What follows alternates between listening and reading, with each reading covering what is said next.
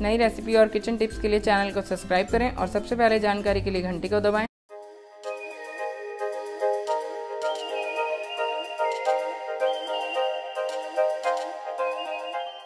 Hello everyone, मैं हूं Deepshikha and welcome back to my channel. और आज मेरे साथ हैं बेकर्स विला के शेफ। तो अब मैं आपको मिलवाती हूं शेफ से। तो आज मेरे साथ हैं शेफ मोहम्मद उस्मान, जो आए हैं इंदौर से और ये हमें बहुत अच्छे अच्छे केक्स बनाना बताएंगे, स्पेशली फंडेंट केक। तो सर, आप थोड़ा सा बताएंगे हमें बेकर्स विला के बारे में। I am chef Mohammad Usman from Bakers Ville. Bakers Ville deal करती है बेकरी प्रोडक्ट में, जिसमें बहुत सारे प्रोडक्ट होते हैं। प्रोडक्ट इंपोर्ट करती है कंपनी, और कंपनी इंदौर से बेसिकली, और ऑल ओवर इंडिया हमारे डिस्ट्रीब्यूटर्स हैं जो ऑल इंडिया में माल सप्लाई करते हैं।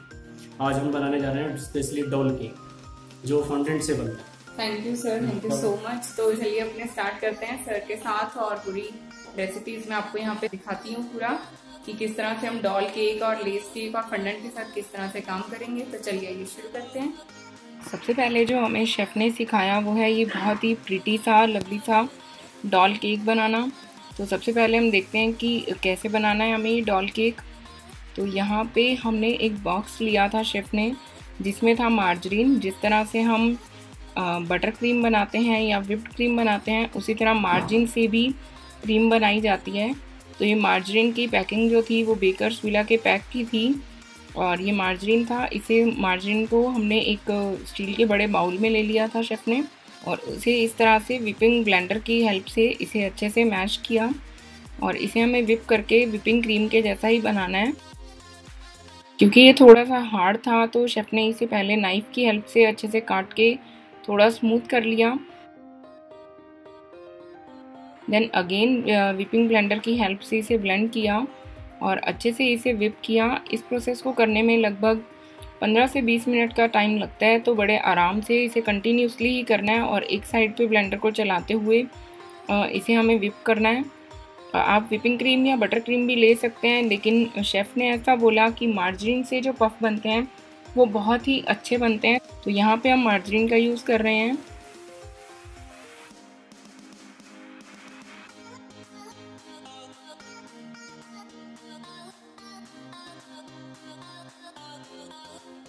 और आप देखेंगे कि 10 से 15 मिनट के बाद ये बहुत ही फ्लफ़ी सी क्रीम रेडी हो गई है। और अब यहाँ पे शेफ़ ने लिया आइसिंग शुगर, और लगभग 2 कप के करीब इसमें आइसिंग शुगर डाला है, जिससे कि क्रीम में मीठा फ्लेवर आ जाएगा। और इसे हमने वापस से एक बार ब्लेंड कर लिया, और अब इसमें डाला है थोड़ा सा 2-3 चम्मच जितना रिफाइंड ऑयल। आप चाहें तो यहाँ सिंपल बटर का यूज़ भी कर सकते हैं। इससे जो है वो क्रीम में एक स्मूथनेस आ जाती है।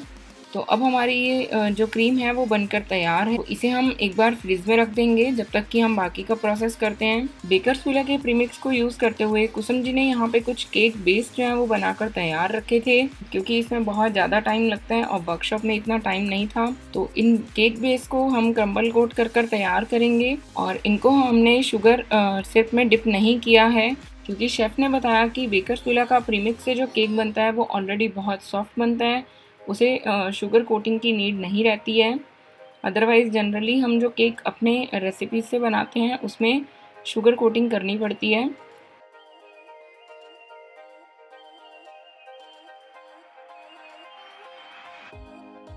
तो इस तरह से ये हमने जो तीनों केक बेस बनाकर रखे थे, क्योंकि हमें इसमें डॉल की फ्रॉक बनानी है।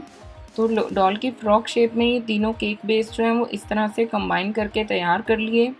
और फ्रॉक का शेप देने के लिए बाकी का जो एक्स्ट्रा केक है उसे इस तरह से इसे अच्छे से कटिंग करके और एक्स्ट्रा केक को हटाते हुए केक टेबल को जो शेफ़ ने अच्छे से क्लीन कर लिया, और इस तरह से हमारा जो केक है वो क्रम्बल कोट होकर तैयार है। अब हम बनाएंगे डॉल।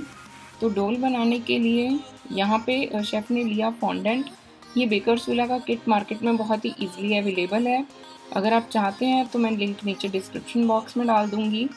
और इसे शेफ़ ने इस तरह से थोड़ा सा नीड किया, और क्योंकि ये शुगर कंटेंट होता है तो थोड़ा चिपचिपा हो जाता है, तो इसके लिए थोड़ा थोड़ा बीच बीच में कॉर्नफ्लोर छिड़कते रहेंगे, और इसे थोड़ा पतला अच्छा बेल लेंगे। बहुत पतला भी नहीं और बहुत मोटा भी नहीं, और इस तरह से जो हमने केक को क्रम्बल कोट करके रखा था उस पे शेफ़ ने इसे कोट कर दिया।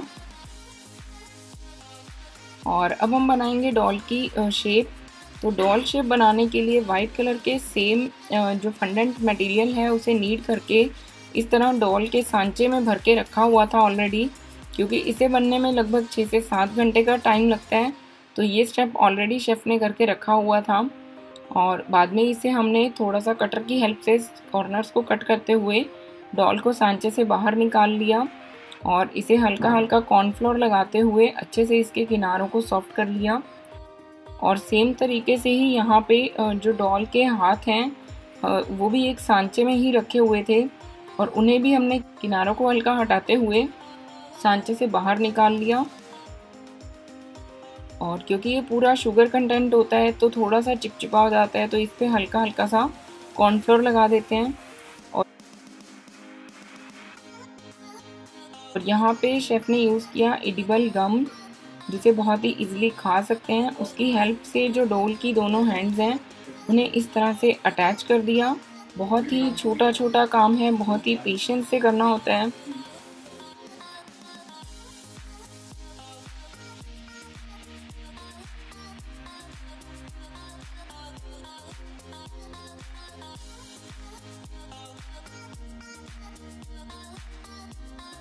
डॉल की ड्रेस बनाने के लिए यहाँ पे शेफ़ ने येलो कलर का फॉन्डेंट लिया और उसे भी इस तरह से पतला बेलकर तैयार कर लिया। बहुत ज़्यादा रॉकेट साइंस नहीं है फॉन्डेंट केक्स बनाने में, लेकिन बहुत ही बारीकी से सावधानी से बनाया जाता है। एक एक चीज़ का मेज़रमेंट करते हुए डॉल की ड्रेस जो है वो शेफ़ ने बहुत ही केयरफुली इस तरह से बनाई।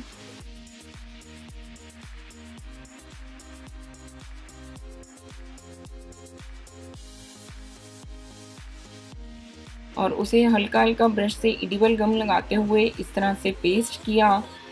और बहुत ज़्यादा सावधानी से काम करने के बावजूद भी जो डॉल की बाजू थी वो अलग हो गई, क्योंकि अभी एडिबल गम जो है वो सूखा नहीं था, उसे थोड़ी देर के लिए सूखने के लिए छोड़ना होता है। तो बाद में इसकी बाजू को वापस से अटैच किया।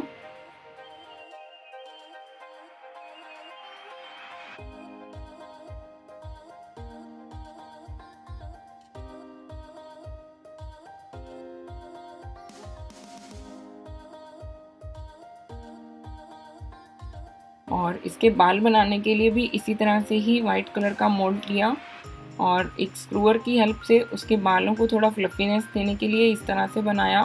एक वुडन स्टिक के अंदर इस सांचे को डालते हुए बहुत ही केयरफुली इसके बालों को लगाते हुए डॉल को इस तरह से सेट किया।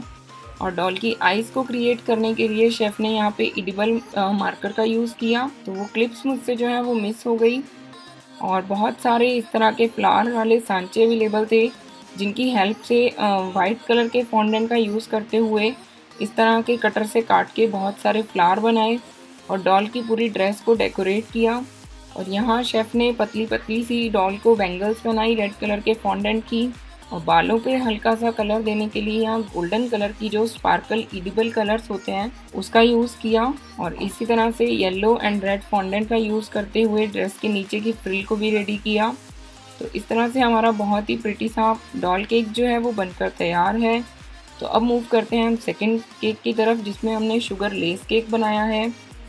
शुगर लेस केक बनाने के लिए यहाँ पे एक रेड वेलवेट केक जो है वो बेकर्सविला के प्रीमिक्स से ऑलरेडी रेडी करके रखा हुआ था, जिसके ऊपर हमने सेम जो मार्जरीन क्रीम बनाई थी उसे अप्लाई किया। और उसके बाद शेफ़ ने इसके ऊपर सेम रेड फॉन्डेंट से केक को बिल्कुल केक बोर्ड के बेस तक कवर करते हुए लगाया। उसके बाद शेफ़ ने शुगर लेस बनाने के लिए एक मिक्सचर रेडी किया, जिसमें एक वाइट कलर का पाउडर शुगर लेस का मार्केट में बहुत ही इजीली अवेलेबल होता है, बेकर्सविला पे भी अवेलेबल है। उसे वाटर के साथ मिक्स किया और उसमें इस तरह के ब्लू कलर का यूज किया जो एडिबल स्प्रे ब्लू कलर था। उसे इस तरह के एक सिलिकॉन मोल्ड पे शेफ़ ने लगाया। ये आप देख सकते हैं कि शेफ़ के हैंड में है। और इस तरह से पूरे जो पेस्ट बनाया गया था उसे इस तरह से इस सिलिकॉन मोल्ड के ऊपर, लेस मोल्ड के ऊपर इस तरह से शेफ़ ने लगा दिया। मैं इसको बेक करना है 6 से 7 मिनट। और इसे शेफ़ ने बोला कि 6 से 7 मिनट के लिए हम ओवन में बेक करेंगे।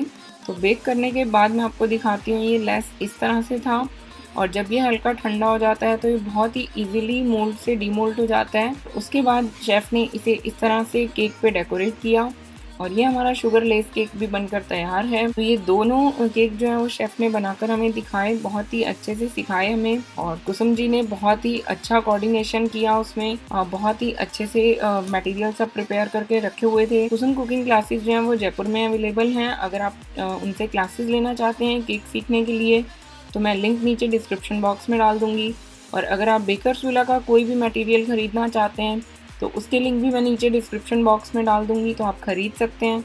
और मेरा ये वीडियो कैसा लगा आप मुझे ज़रूर बताएं और अगर आपको वीडियो अच्छा लगे तो इसे लाइक ज़रूर करें, शेयर करें मेरे चैनल को अपने फ्रेंड्स और फैमिली के साथ और साथ ही मेरे चैनल को सब्सक्राइब ज़रूर कर दें। तो मिलते हैं फिर एक नई रेसिपी के साथ। Till then bye bye, thank you for watching guys.